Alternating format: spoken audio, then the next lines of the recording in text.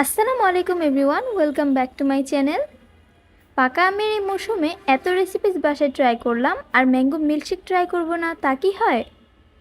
আজকে আমি আপনাদের সাথে ঠান্ডা ঠান্ডা ম্যাঙ্গো মিল্কশেকের রেসিপি শেয়ার করব। মিল্কশেকটা তৈরি করা থেকে শুরু করে সার্ভ করা পর্যন্ত 10 মিনিটের বেশি সময় লাগবে না। আশা করছি আমার আজকের রেসিপিটি আপনাদের কাছে ভালো লাগবে। তো চলুন আর কথা না বাড়িয়ে মূল রেসিপিতে চলে যাই। রেসিপির শুরুতেই আমি একটি বড় সাইজের পাকা আম নিয়ে নিয়েছি।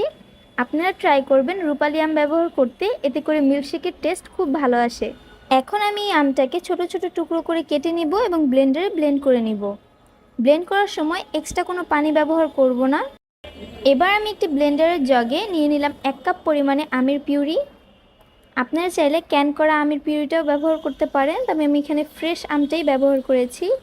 সাথে দিয়ে দিচ্ছি 1/2 কাপ ঠান্ডা দুধ, দিয়ে দিচ্ছি 1.5 টেবিল চামচ রেগুলার চিনি।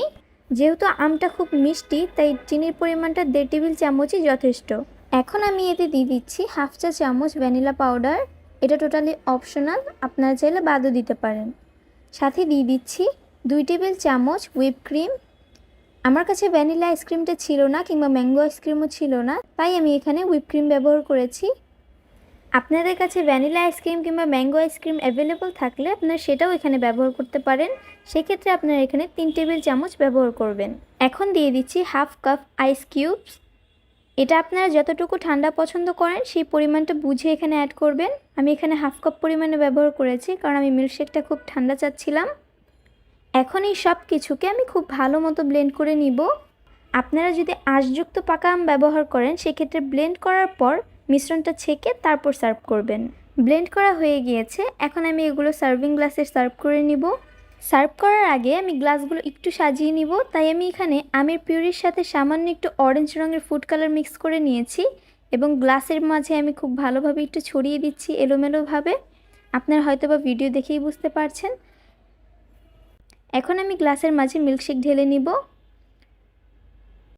যেহেতু আমি ইউটিউবের জন্য ভিডিও শ্যুট করছি, তাই আমি ম্যাঙ্গো মিল্কশেকটাকে একটু হুইপ ক্রিম, পুদিনা পাতা এবং আমের পিউরি দিয়ে সাজিয়ে নিয়েছি। এটা টোটালি অপশনাল।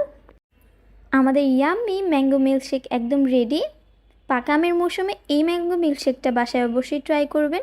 নিজেদের জন্য বানাবেন এবং বাচ্চাদের জন্যও বানাবেন। আমার আজকের এই 5 মিনিটে তৈরি ম্যাঙ্গো মিল্কশেকের রেসিপিটি আপনাদের কাছে কেমন লেগেছে কমেন্ট বক্সে জানাতে ভুলবেন না। রেসিপি ট্রাই করে থাকলে অবশ্যই আমাকে ফিডব্যাক দিবেন। আজকের মতো বিদায় নিচ্ছি। সবাই খুব ভালো থাকবেন, আমার জন্য দোয়া করবেন। আল্লাহ হাফেজ।